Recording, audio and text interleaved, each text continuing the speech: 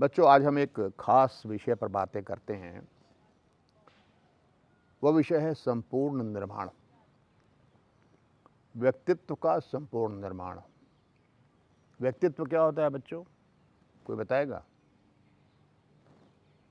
व्यक्ति क्या होता है? मनुष्य। हर व्यक्ति का एक व्यक्तित्व होता है, उसकी खासियतें होती हैं। जैसे जो वंदना का व्यक्तित्व है, उससे अलग व्यक्तित्व है अदम्य का। अदम्य के व्यक्तित्व से अलग व्यक्तित्व है प्रिंस का। प्रिंस चुप रहते हैं, खूब तेज दौड़ते हैं, कभी कभी नज़र नहीं आते दौड़ते हुए, इतनी तेज दौड़ते हैं वो। उनका विशेष व्यक्तित्व है, मौन रहते हैं, ज़्यादा दौड़ते हैं। कृति का अलग व्यक्तित्व है, वंदना का, सबका व्यक्तित्व अलग अलग होता है। तो व्यक्तित्व के विकास की जब बात करते हैं तो शिक्षा की बात होती है। व्यक्तित्व का विकास कई तरह से होता है। एक तो आप में बीज रहते हैं भगवान के दिए हुए, प्रकृति के दिए हुए। जैसे कल हम उन्होंने डांस की क्लास जो देखी आप लोगों की, बैठ के देख रहा था मैं, तो डांस का स्टेप बनाने में जो विशेषता दिखलाई कृति ने और वंदना ने, वो अलग थी सबों से अलग थी। वंशिका से अलग थी, अंशिका से अलग थी। वो तुरंत उनको समझ में आने लगा कैसे कैसे क्या करते हैं, और उन्होंने एक बहुत सुंदर स्टेप बना दिया। अब ये एक विशेष बीज उनके अंदर है जो सबके अंदर नहीं है। यह व्यक्तित्व की विशेषता हुई आपकी, सबकी अलग अलग विशेषता है और सबका अलग अलग गुण है। जैसे हमारी कहाँ गई ये ढोलक बजाती है जो इधर है, हाँ, करुणा। अब इसमें दूसरा बीज है भगवान ने दिया है। ये डांस में उतनी निपुण नहीं दिखाई पड़ी कल, हाँ, तो वो बीज अलग है।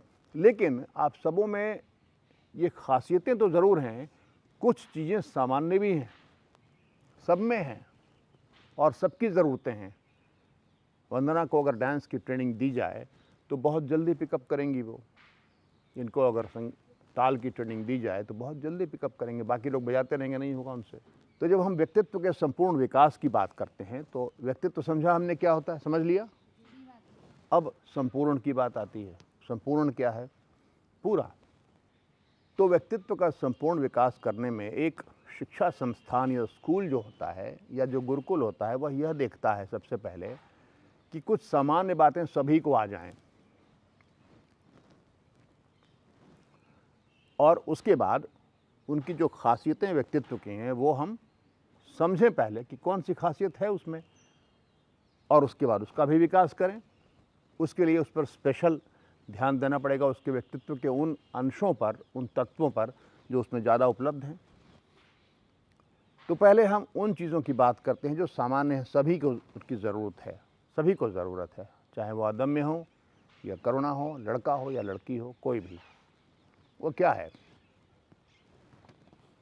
इसको जो मनोवैज्ञानिक हैं, साइकोलॉजिस्ट हैं और चिंतक हैं, उन लोगों ने 3 भागों में बांटा है।